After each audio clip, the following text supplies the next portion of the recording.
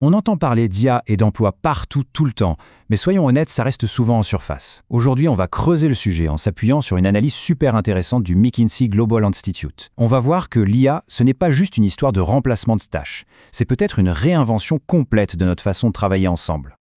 Bon, on va pas tourner autour du pot, hein. La question que tout le monde se pose, la voilà. Est-ce que l'IA va nous piquer nos jobs? Est-ce que c'est la fin du travail comme on le connaît?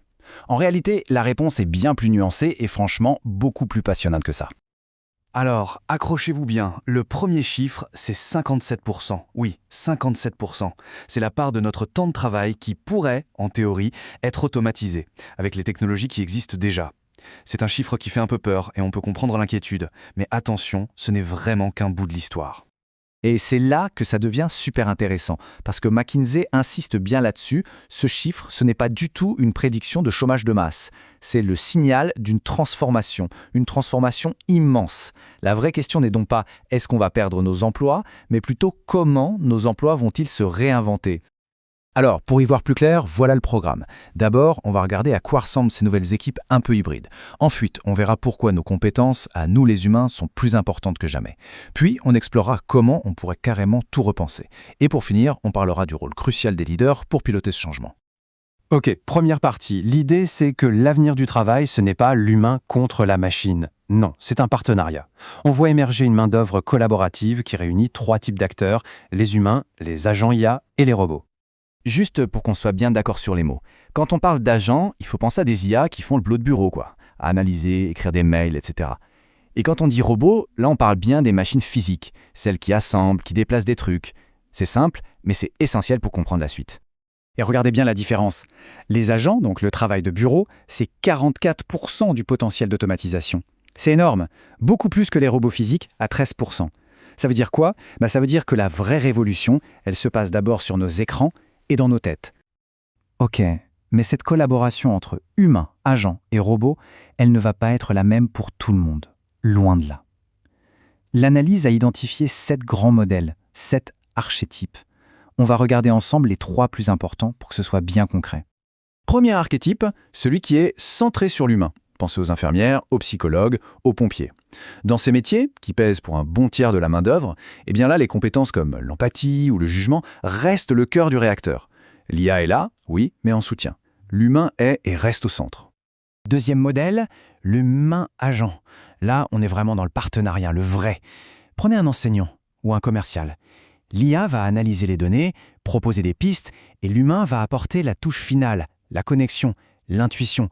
C'est un vrai duo de choc. Et enfin, l'archétype centré sur l'agent. Pensez à un comptable, un développeur. Là, oui, les agents IA peuvent faire une grosse partie du travail, surtout les tâches répétitives. Du coup, le rôle de l'humain change radicalement.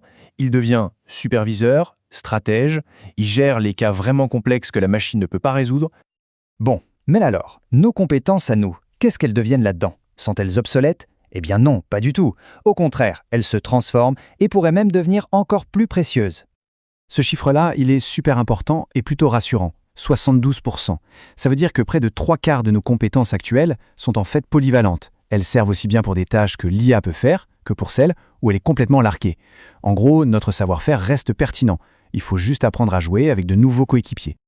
Et évidemment, il y a une compétence qui explose littéralement, la maîtrise de l'IA. La demande a été multipliée par 7 en seulement 2 ans. C'est fou! Mais attention, ça ne veut pas dire qu'il faut tous devenir des experts en code. Non, ça veut dire savoir utiliser ces outils, savoir leur parler, les piloter. Ça va devenir aussi basique que de savoir utiliser un ordinateur. Cet exemple est parfait pour illustrer le partenariat. Prenons la résolution de problèmes. L'agent IA, lui, il est imbattable pour scanner des millions de données, trouver des corrélations qu'on n'aurait jamais vues. Mais à la fin, c'est l'humain qui va dire « Ok, ce chiffre, dans ce contexte, ça veut dire ça, et voilà la décision qu'on doit prendre. » C'est un vrai travail d'équipe. Ok, maintenant, on passe à un niveau supérieur. Parce que le vrai changement, ce n'est pas d'automatiser une petite tâche par-ci par-là. Non, la vraie opportunité, le truc énorme, c'est de repenser complètement nos processus de travail de A à Z.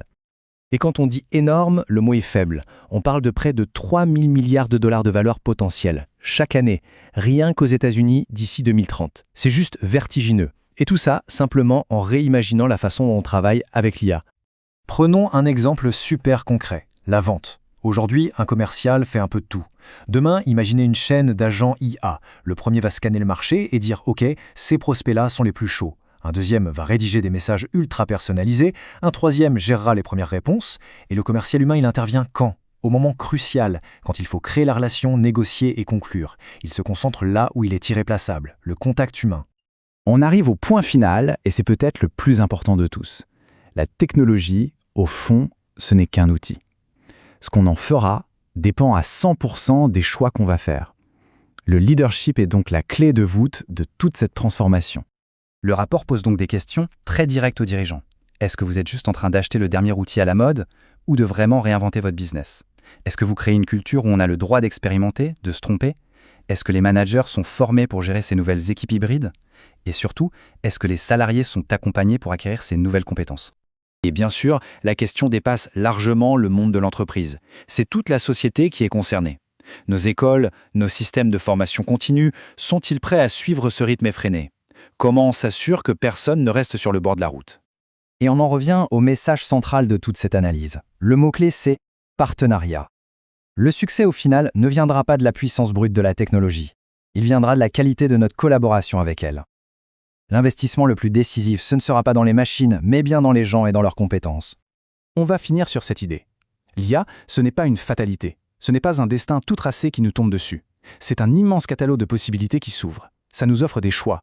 Et la question qui nous est posée à tous, en tant qu'individus, entreprises et sociétés, elle est très simple. Comment allons-nous nous préparer pour faire les bons choix ?